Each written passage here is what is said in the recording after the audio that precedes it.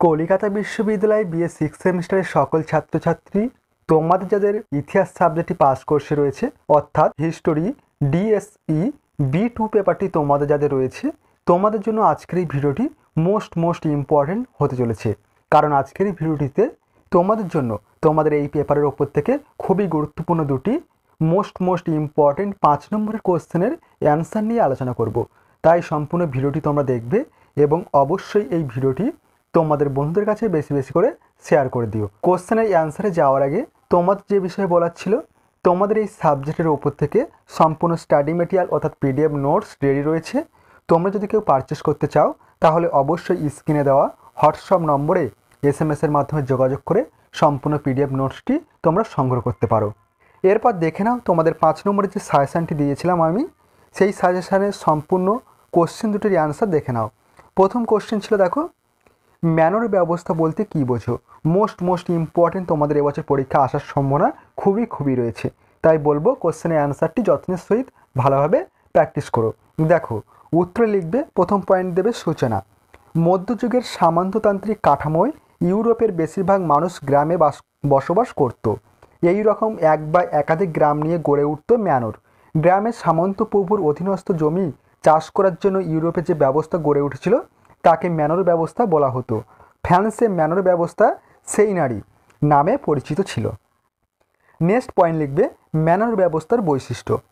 মধ্যযুগের ইউরোপে গড়ে ওঠা ম্যানর ব্যবস্থার প্রধান বৈশিষ্ট্যগুলি ছিল নিম্নরূপ। 1. Manor house. প্রতিটি ম্যানর অঞ্চলের ম্যানর প্রভুর খামার বাড়ি অর্থাৎ ম্যানর হাউস থাকত। এটি ছিল সামন্ত প্রভুদের স্থানীয় প্রশাসনিক কেন্দ্র।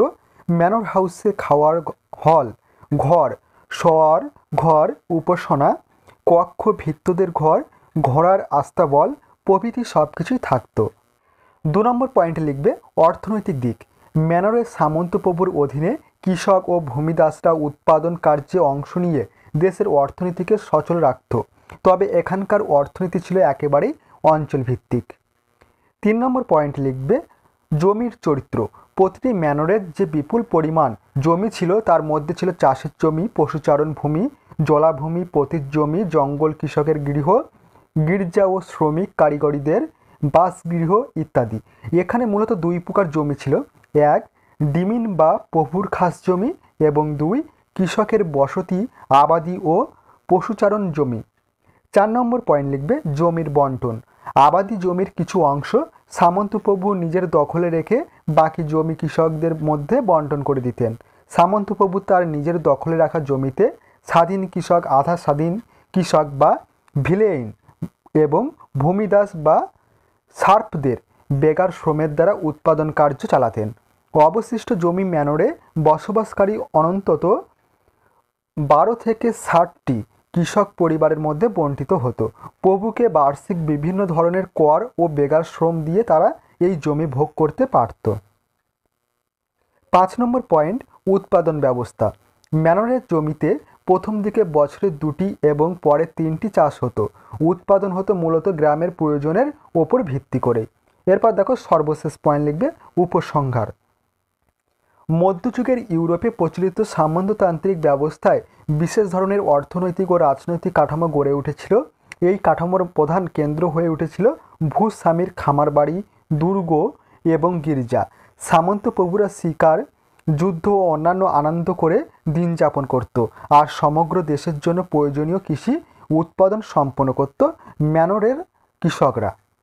এই ছিল তোমাদের সম্পূর্ণ প্রথম কোশ্চেনটির অ্যান্সার। মোস্ট ইম্পর্টেন্ট একটি কোশ্চেনের অ্যান্সার নিয়ে আলোচনা করা হলো।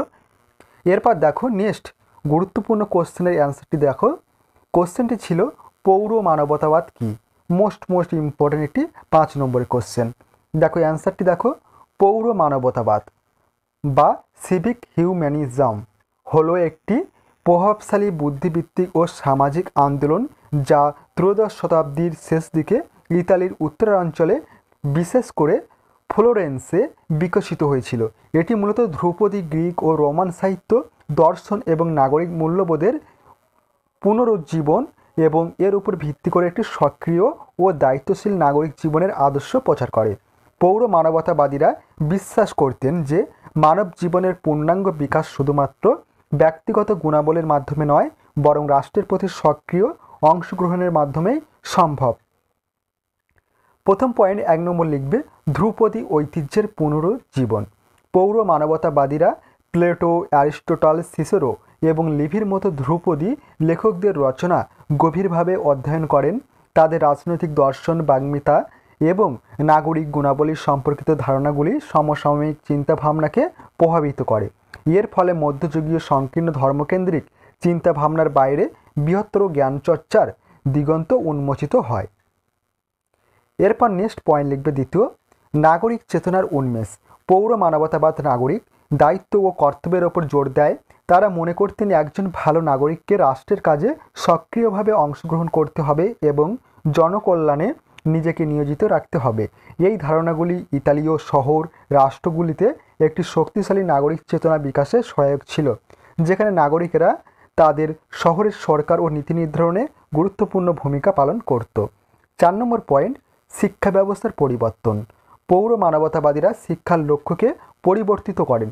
তারা শুধুমাত্র ধর্মীয় শিক্ষার পরিবর্তে সাহিত্য, ইতিহাস, দর্শন এবং বাগ্মিতার মতো বিষয়গুলির উপর জোর দেন, যা নাগরিকদের জ্ঞানার্জন এবং যুক্তিবাদী আলোচনায় পারদর্শী করে তোলে। এই নতুন শিক্ষা ব্যবস্থা জ্ঞানভিত্তিক সমাজের বিকাশে সহায়ক ছিল। নেক্সট পয়েন্ট 5 নম্বর, শিল্প ও সাহিত্যের পৃষ্ঠপোষকতা। পৌর মানবতাবাদের প্রভাবে শিল্প ও সাহিত্যের পৃষ্ঠপোষকতা বৃদ্ধি পায়। ধ্রুপদী আদর্শে অনুপ্রাণিত হয়ে শিল্পী ও সাহিত্যিকেরা মানবকেন্দ্রিক বিষয় এবং নাগরিক জীবনের বিভিন্ন দিক তুলে ধরতে শুরু করেন। এর ফলে রেনেসাঁসের শিল্পকলা ও সাহিত্য একটি নতুন দিশা লাভ করে। 6 নম্বর পয়েন্ট, রাজনৈতিক চিন্তাভাবনার প্রভাব। নিকোলো ম্যাকিয়াভেল্লির মতো রাজনৈতিক চিন্তাবিদরা পৌর মানবতাবাদের ধারণা থেকে অনুপ্রাণিত হন। যদিও ম্যাকিয়াভেল্লির চিন্তাভাবনায় বাস্তববাদিতা এবং ক্ষমতার রাজনীতির উপর জোর দেওয়া হয়, তবুও তার লেখায় রাষ্ট্রের গুরুত্ব এবং নাগরিক গুণাবলীর প্রাসঙ্গিকতা স্পষ্ট। এরপর দেখো সর্বশেষ পয়েন্ট, উপসংহার। পৌর মানবতাবাদ মধ্যযুগীয় চিন্তাভাবনার সীমাবদ্ধতা অতিক্রম করে জ্ঞান, নাগরিক দায়িত্ব ও মানবকেন্দ্রিকতার উপর গুরুত্ব আরোপ করে। এটি রেনেসাঁসের জন্ম ও বিকাশে এবং আধুনিক রাজনৈতিক ও সামাজিক চিন্তাভাবনার উন্মেষে এক গুরুত্বপূর্ণ ভূমিকা পালন করেছিল। এই ছিল তোমাদের সম্পূর্ণ কোশ্চেন দুটির অ্যান্সার। ভিডিওটি আজ এই পর্যন্ত। পরবর্তী নেক্সট ভিডিও নিয়ে আলোচনা করব আরও মোস্ট ইম্পর্টেন্ট কিছু কোশ্চেনের অ্যান্সার নিয়ে। তাই বলবো, তোমরা যারা এই চ্যানেলে নতুন আছো অবশ্যই তোমরা চ্যানেলটি সাবস্ক্রাইব করে রেখো এই ধরনের গুরুত্বপূর্ণ ভিডিও আরও পাওয়ার জন্য। এবং এই ভিডিওটি ভালো লাগলে অবশ্যই ভিডিওটিতে একটি লাইক প্রদান করো।